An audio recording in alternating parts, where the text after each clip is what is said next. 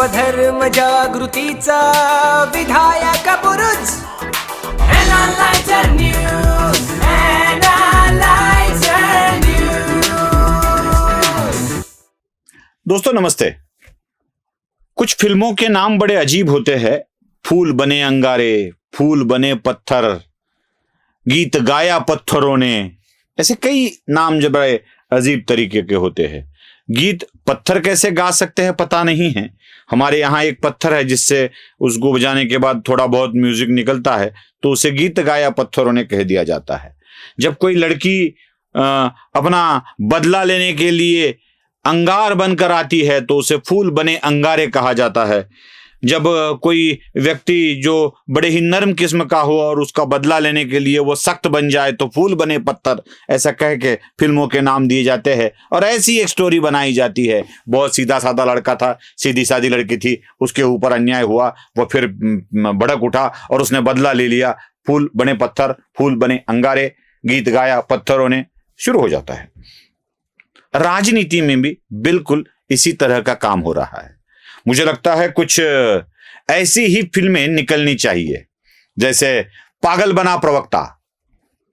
एक पागल जो हमेशा अपने पागलपन के हद से गुजर जाता है, कुछ भी बात कर सकता है, ऐसा पागल एक सेना का प्रवक्ता बन सकता है। तो पागल बना प्रवक्ता यह फिल्म भी आनी चाहिए।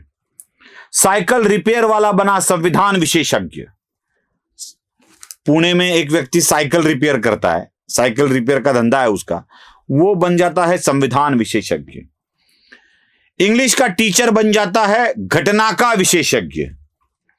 पर्यावरण में काम करने वाला बन जाता है राजनीतिक विशेषज्ञ।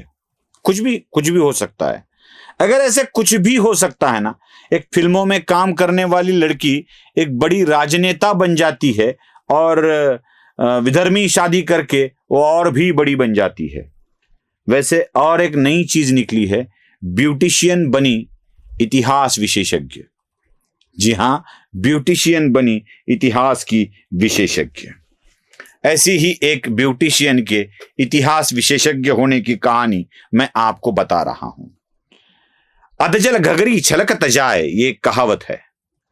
मतलब आधा अधूरा ज्ञान जब होता है तो वो बड़ा ही छलकता हुआ चलता है, अपने आप का शोर मचाता हुआ चलता है। जैसे आधी जल से भली हुई घघरी छलकत जाती है और छलकते हुए जाती है और बड़ा ही आवाज होता है उसका, इसलिए अधजल घघरी छलकत जाए कहा जाता है। वैसे ही एक लड़की अपने आप को इतिहास का विशेषज्ञ मानती है, रुचिका शर्मा जिसका नाम है। यह रुचिका शर्मा अपने आप को इतिहास की बड़ी अभ्यासक मानती है। एक टीवी शो में जब एंकर ने उनसे पूछा कि आप स्टूडेंट हो, आप भी बता दीजिए, तो एंकर की बातों को काटते हुए कहती है कि मैं अब स्टूडेंट नहीं हूं, अब पढ़ाती हूं, पीएचडी हो चुकी है। सुन लीजिए। आपके साथ शुरुआत करूंगी रुचिका जी।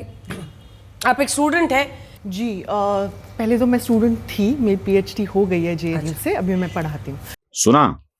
जिसको ज्ञान का अहंकार होना, आज जीवन भर जो आदमी विद्यार्थी समझकर काम करने लगता है वह अहंकारी नहीं होता है।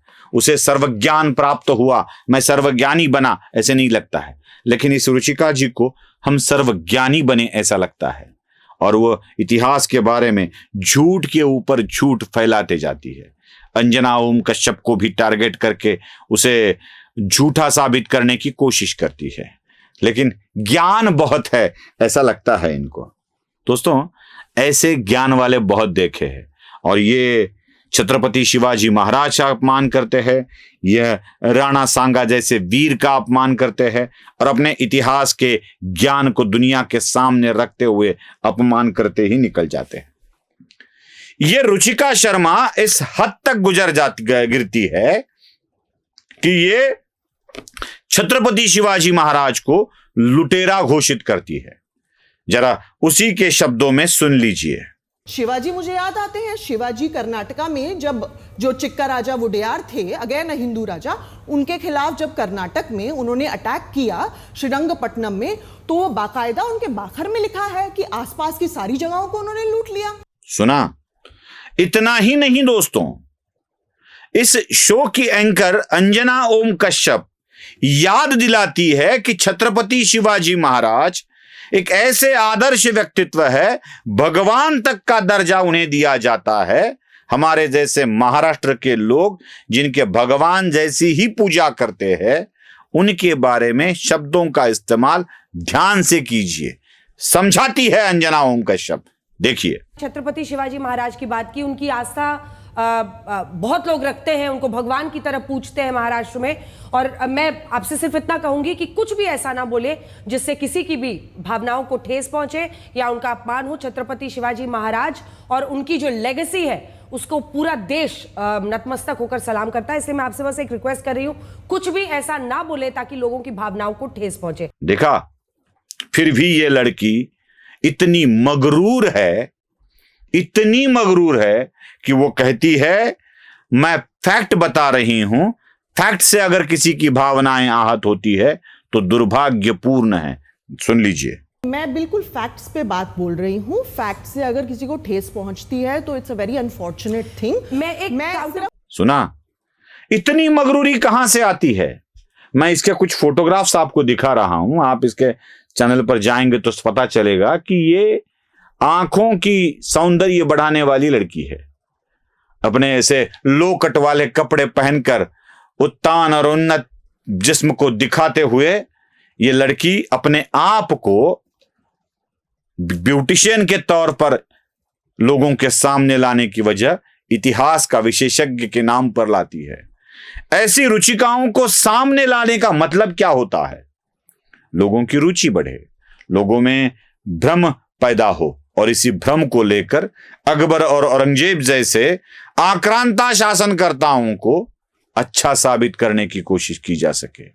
इसी चीज को आपके सामने लाने के लिए यह वीडियो आपको दिखाए है।